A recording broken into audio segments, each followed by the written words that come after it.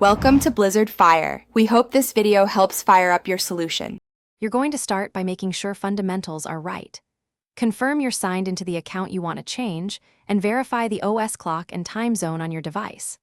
Once done, open Outlook and go straight to File, then Options, then Calendar. This is where Outlook keeps its time zone controls. You need this open to proceed. It prevents conflicts between system and app settings and ensures your calendar entries will display correctly once you change the zone. Now modify the calendar time zone itself.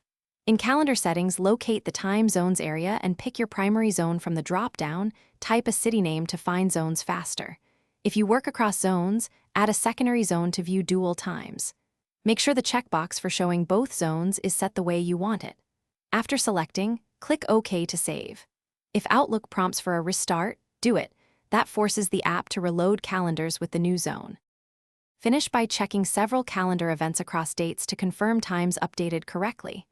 Edit any events that still show the old time. Recurring items may need manual adjustment. Make sure Outlook web and mobile apps show the same time zone so syncing stays consistent. Change them there if required. If events remain wrong, clear Outlook cache, restart, or remove and re-add the account. This usually resolves lingering sync mismatches. If problems continue, contact your IT admin for server-side settings.